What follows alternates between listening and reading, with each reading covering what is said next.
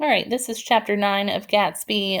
Again, these are excerpts. This is the longer or a longer chapter, so I'm going to do the best I can to get through it quickly. After 2 years, I remember the rest of that day and that night and the next day only as an endless drill of police and photographers and newspapermen in and out of Gatsby's front door. A rope stretched across the main gate, and a policeman by it kept out the curious. But little boys soon discovered that they could enter through my yard, and there were always a few of them clustered open mouthed about the pool. Someone with a positive manner, perhaps a detective, used the expression madman as he bent over Wilson's body that afternoon, and the adventitious authority of his voice set the key for the newspaper reporters next morning. Oh my gosh, I'm sorry I can't read, guys. Most of those reports were a nightmare, grotesque, circumstantial, eager, and untrue. When McKaylee's testimony at the inquest brought to light Wilson's suspicions of his wife, I thought the whole tale would shortly be served up in racy pasquinade. But Catherine, who might have said anything, didn't say a word. Remember, Catherine is Myrtle's sister. She showed a surprising amount of character about it, too. Looked at the coroner with determined eyes under that corrected brow of hers, and swore that her sister had never seen Gatsby, that her sister was completely happy with her husband, that her sister had been into no mischief whatever. She convinced herself of it and cried into her handkerchief as if the very suggestion was more than she could endure. So Wilson was reduced to a man deranged by grief in order that the case might remain in its simplest form, and it rested there.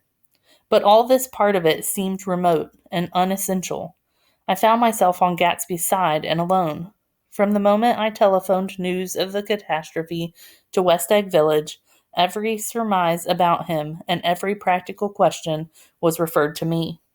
At first, I was surprised and confused. Then, as he lay in his house and didn't move or breathe or speak hour upon hour, it grew upon me that I was responsible because no one else was interested.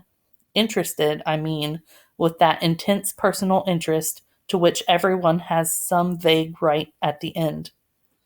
I called up Daisy half an hour after we found him, called her instinctively and without hesitation. But she and Tom had gone away early that afternoon and taken baggage with them. Left no address? No. Say when they'd be back? No. Any idea where they are? How I could reach them? I don't know. Can't say. I wanted to get somebody for him. I wanted to go into the room where he lay and reassure him. I'll get somebody for you, Gatsby. Don't worry. Just trust me and I'll get somebody for you. Mayor Wolfsheim's name wasn't in the phone book. The butler gave me his office address on Broadway, and I called information. But by the time I had the number, it was long after 5 and no one answered the phone. Will you ring again?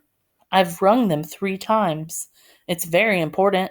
Sorry, I'm afraid no one's there. I went back to the drawing room and thought for an instant that they were chance visitors, all these official people who suddenly filled it. But as they drew back the sheet and looked at Gatsby with unmoved eyes, his protest continued in my brain. Look here, old sport. You've got to get somebody for me.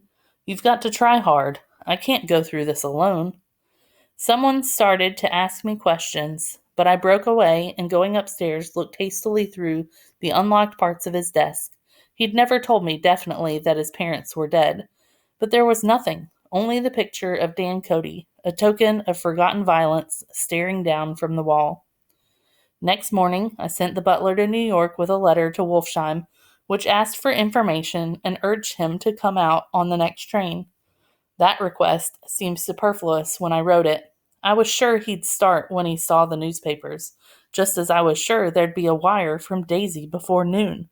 But neither a wire nor Wolfsheim arrived. No one arrived except more police and photographers and newspaper men. When the butler brought back Wolfsheim's answer, I began to have a feeling of defiance, of scornful solidarity between Gatsby and me against them all.